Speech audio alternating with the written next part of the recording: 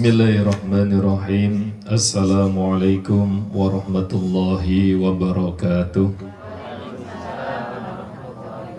Alhamdulillah. Alhamdulillahilladzi ala ni'matin kulli hal. Alhamdulillah. Alhamdulillahilladzi ala ukhuwah talabul ilmi wasilatu rahim fi hadzal majlis. Asyhadu an la ilaha illallah wahdahu la syarika lah wa asyhadu anna Muhammadan abduhu wa rasuluh.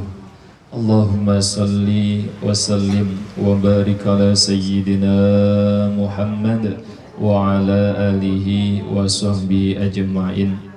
Qala Allah ta'ala fi kitabihil karim, a'udzu billahi minasyaitonir rajim. Bismillahirrahmanirrahim. Ya ayyuhalladzina amanu taqullaha wal tanzur nafsum ma qaddamat lighad wattaqullaha innallaha khabirum bima ta'malun. Qala Rasulullah sallallahu alaihi wasallam, ana wa kafilul yatim fil jannah hakadha wa abaru bisyababa wal wusta wa farraja bainahuma syai'a. Al hadis aw kama qal amma ba'du. Bersyukur kepada Allah atas semua hal yang sudah Allah titipkan, Allah pantaskan, Allah izinkan atas diri kita. Satu, Allah telah izinkan kita melewati tahun 2020 dan kita diizinkan masih hidup hingga di tahun 2021. Dan tidak jarang di antara saudara-saudara kita, keluarga kita, orang tua kita, sahabat kita di tahun 2020 harus pulang kembali kepada Allah. Maka satu, nikmat kita masih diizinkan hidup oleh Allah, wajib kita syukuri dengan alhamdulillah. Dan nikmat yang kedua, Allah izinkan kita diberikan kesehatan sehingga kita bisa berkegiatan sosial di waktu sore ini, bisa silaturahim, bisa kumpul. Maka ini pun juga wajib kita syukuri dengan ucapan alhamdulillah. Nikmat yang ketiga yang tidak kalah pentingnya, kita ini belum tentu di hadapan Allah baik. Kita ini ibadah kita belum tentu di hadapan Allah sudah cukup. Boleh jadi dosa kekurangan kita ini masih banyak, tetapi Allah izinkan dan pantaskan kita ini keanakan, seakan-akan menjadi orang yang baik. Padahal boleh jadi ada kalimat-kalimat, ada perilaku, ada pikiran, jiwa dan perasaan kita yang tidak sesuai dengan ridhonya Allah. Oleh karena itu wajib kiranya mudah-mudahan dengan syukur kita kepada Allah menjadi sebab Allah mau menerima kita sebagai hambanya. Allah mau menerima segala apa yang kita sandarkan kepadanya, dan pada akhirnya nanti kita bisa pulang kembali dalam keadaan husnul khotimah. Amin Allahumma amin. Salawat ma'asalam semoga tetap tercurahkan kepada junjungan kita Nabi besar Muhammad sallallahu alaihi wasallam. Mari kita sempurnakan majelis ini, kegiatan ini dengan sama-sama membaca salawat.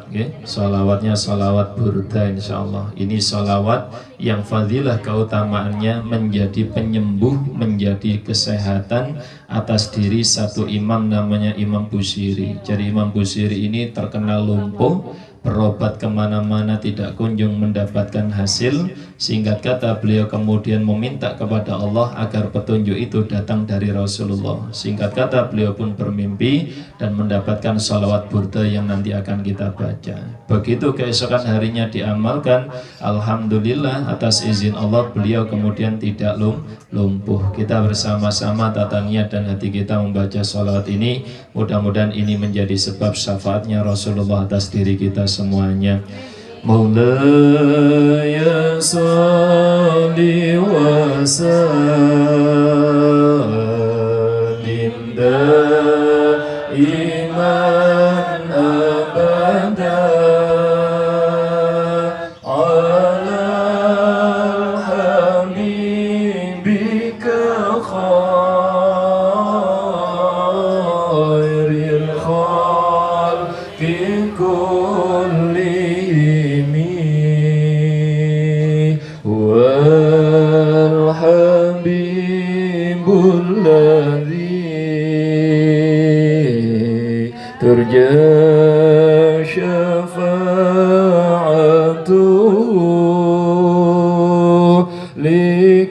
كل هول من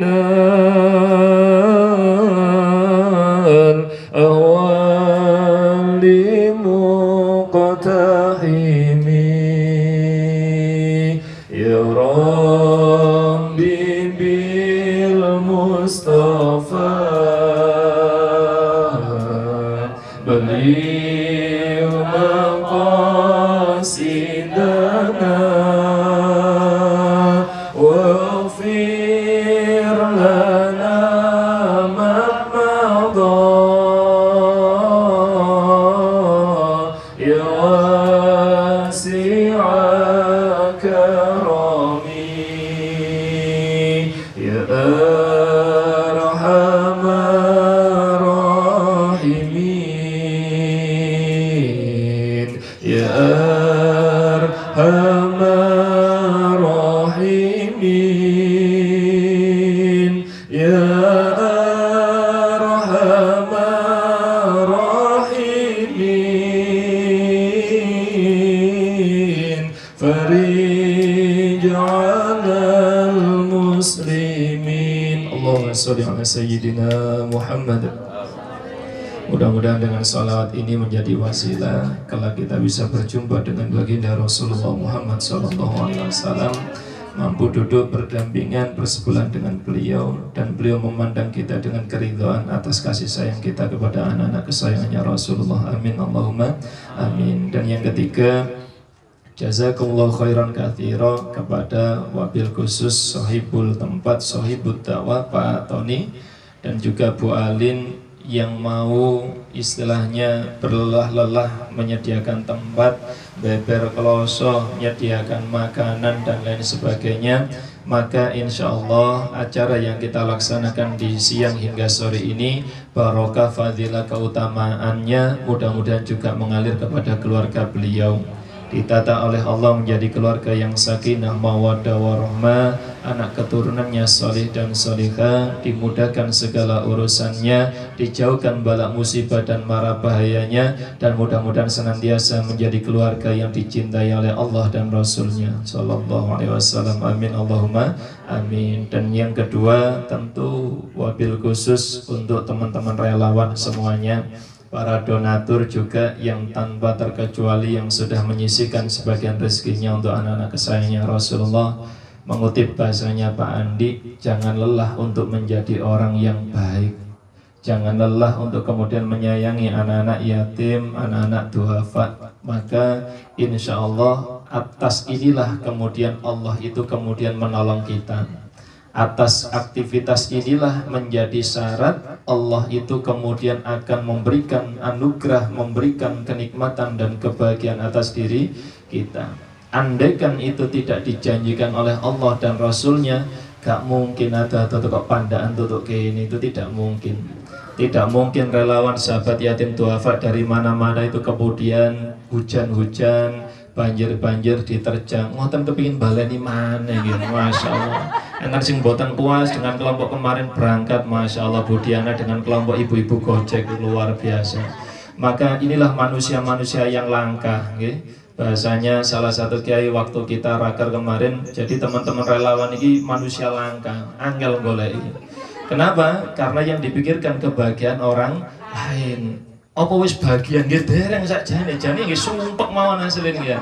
Cuma ya itu tadi, karena atas wasilah kasih sayang yang Allah titipkan kepada kita, mboten diraos nemen-nemen, gak disonggo nemen-nemen, cara disonggo nggih sayak-sayak temen ya. Makanya insya Allah apapun yang kita lakukan di kesempatan sore hari ini semata-mata kita bersyukur karena Allah telah memantaskan dan memilih kita.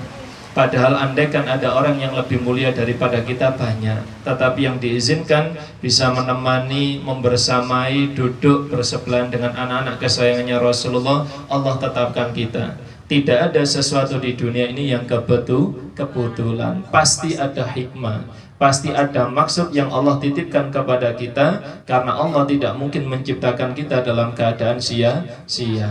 Oleh karena itu, jamaah, relawan, donatur, para santri dan anak-anak kesayangannya Rasulullah yang dimuliakan oleh Allah, pengantar sebagai satu ayat yang tadi kami sampaikan, Al-Hasyr ayat 18.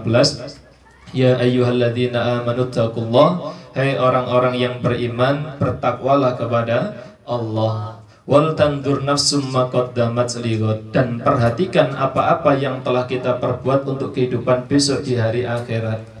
Dan Allah berkata lagi di dalam satu ayat itu, cara bahasa kalau kita ngomong temen, sumpah demi Allah begitu ya.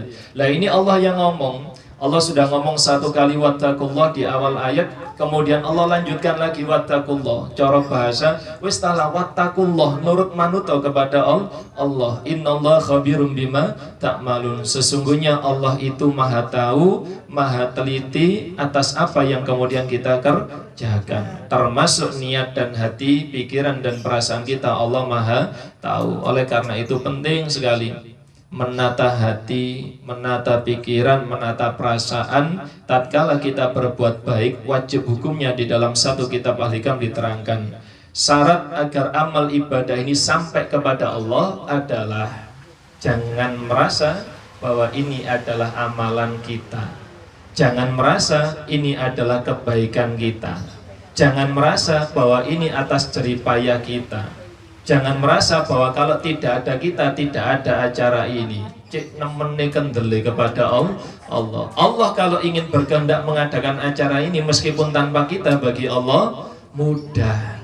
Wis gak ada ibu-ibu masak isu-isu jam itu wis untuk warung berkah, mudah. Allah datangkan catering langsung ke sini, langsung ngasihmu, mudah. Tapi Allah berikan kesempatan kepada kita untuk berlelah-lelah. Allah berikan kesempatan kepada kita untuk capek-capek, untuk memikirkan kebahagiaan yatim dan duafa. Maka ini semata-mata Allah sayang, dan Allah telah memilih kita menjadi hambanya yang disayang di kesempatan sore hari ini. Allahumma sholli ala sayyidina Muhammad. Berangkat dari ayat itu, Bapak Ibu, anak-anak semuanya dimuliakan oleh Allah, kita mendapatkan seruan. Hai orang-orang yang beriman, bertakwalah kepada Allah Subhanahu wa ta'ala. Maka makna bertakwa ini saya kutip dari khutbah Jumat tadi siang, Masya Allah ya. Makna takwa ini kalimatnya sederhana, yakni menjalankan perintahnya dan menjauhi larangannya. Dalam bahasa saya pokoknya nurut manut. Bahasa saya seperti itu. Apapun yang Allah tetapkan atas diri kita, nurut manut. Dan kalau digambarkan dalam sebuah doa, keren doanya begini. Allahumma inna nas'aluka nafsan bika mutmainnah tu'min biliqa'ika wa tarda biqada'ika wa taqna'u bi'ata'ika. Indikator kalau kita menjadi orang yang bertakwa, maka indikator di doa ini harus kita resapi, harus kita amalkan, praktekkan. Satu, ciri-ciri orang yang bertakwa, Allahumma inna nas'aluka nafsan bika mutmainnah. Apa kalimatnya? Ya Allah, anugerahkan kepada hatiku hati yang tenang, hati yang senang tatkala dekat denganmu. Cara bahasa gampangnya, nek ibadah gak kesusu-kesusu mule. Cara mari salam gak kesusu-kesusu pelencing, melok wiritan dhisik, donga dinikmati, gak kupu nurutin dunia yang tidak ada habisnya. Karena apa? Ini prinsip yang pertama. Orang yang bertakwa kalau dia tidak semangat dalam beribadah, maka dia tidak bertakwa. Apa bentuk ibadah? Banyak. Sholat, baca Al-Quran, ngaji, memuliakan yatim dan duafa. Makanya kalau ada relawan kesel oleh ngelakoni dadi wong apik, bukan relawan. Wis kesel aku pahala aku wis wakeh aku. Kata isuk mang, Masya Allah, ndromos keringetku oleh masak nang warung berkah. Maka yang seperti ini tidak termasuk bagian takwa. Makanya tidak boleh lelah. Kapan kita boleh berhenti berbuat baik? Ilal maut, kalau maut sudah menjemput. Selama maut belum menjemput, wong loro-loro itu ya iso open donasi loh, saged ya. Tangannya masih gerak. Ini ada acara santunan, alhamdulillah. Padahal kondisi sakit. Makanya ini langka orang-orang seperti ini. Ya mudah-mudahan keluarga kita menerima dengan kesibukan ini, ridha dengan apapun yang kita lakukan. Amin Allahumma amin. Kemudian yang kedua, indikator takwa di dalam doa itu tu'min biliqa'ika. Apa artinya? Orang yang bertakwa itu orang yang kangen ketemu Allah. Cara bahasa mati ku seneng. Loh, lah kok meneng kabeh. Kok katane tegang. Tu'min biliqa'ika itu samik mikir mati. Luar biasa nggih. Nggih. Tes.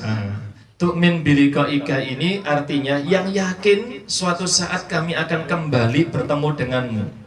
Maka bahasa kematian adalah bukan bahasa yang perlu ditakuti. Tetapi apa yang harus dimunculkan? Ibnu Qayyim mengatakan kematian itu harus sesuatu yang dirindukan.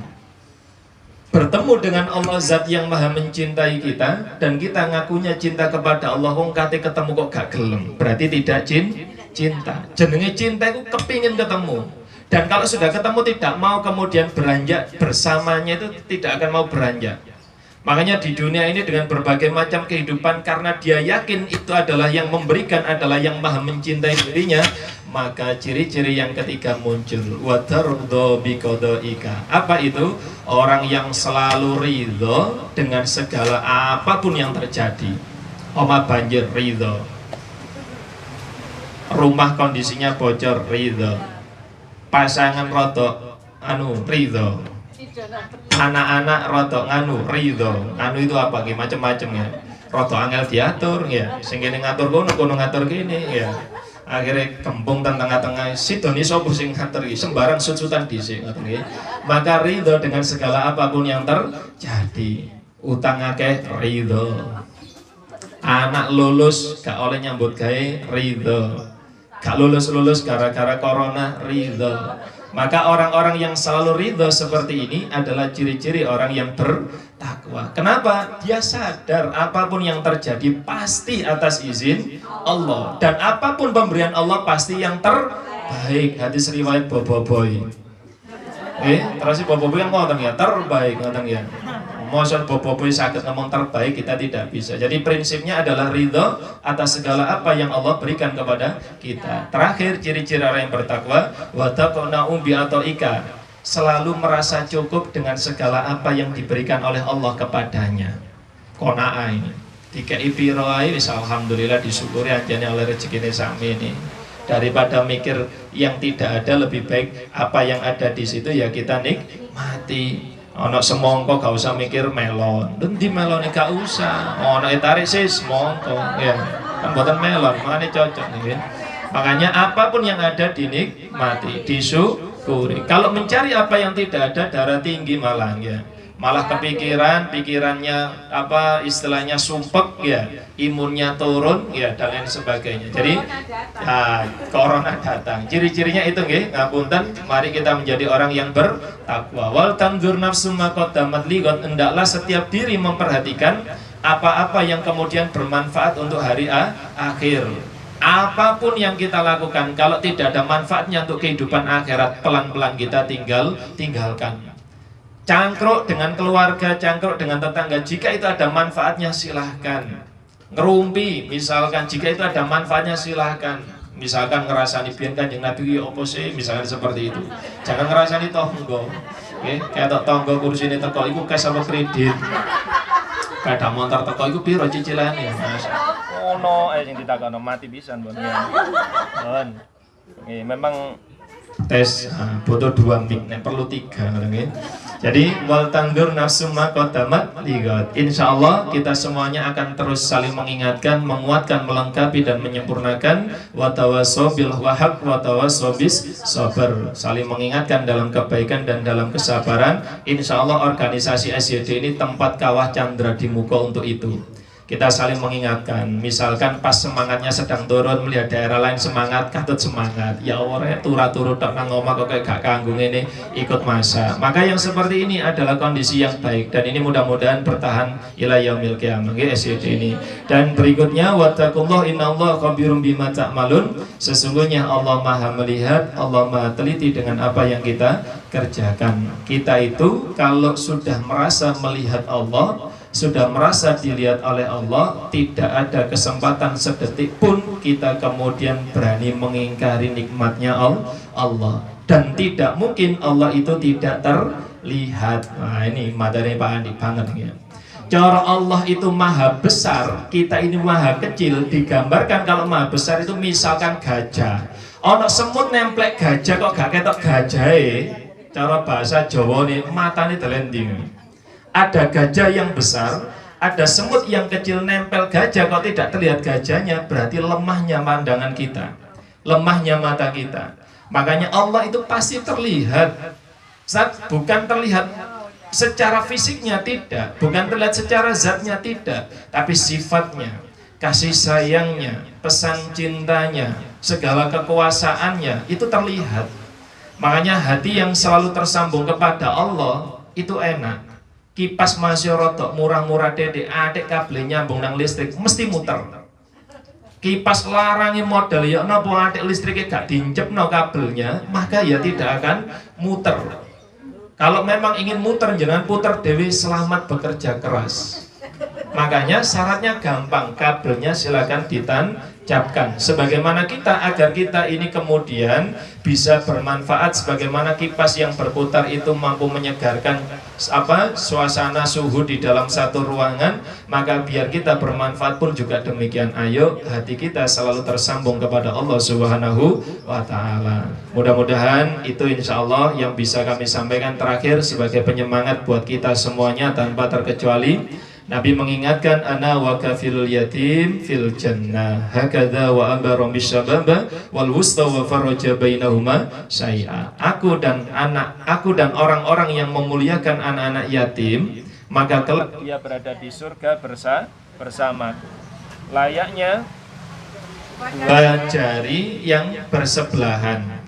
Jadi kalau digambarkan jari itu sejauh-jauhnya ya tidak mungkin sampai 30 cm, tidak mungkin sampai 1 meter, maka gambarannya nanti orang-orang yang istiqomah, niatnya sudah ikhlas mencari ridhonya Allah, langkahnya kemudian ikhlas, lalu kemudian segala gerak-geriknya ikhlas, setelah pasca kegiatan sosialnya juga ikhlas, wis gak ada ngebundel, gak ada Rasulullah kosol kabar, mari acara santunan. Maka yang seperti ini hindari.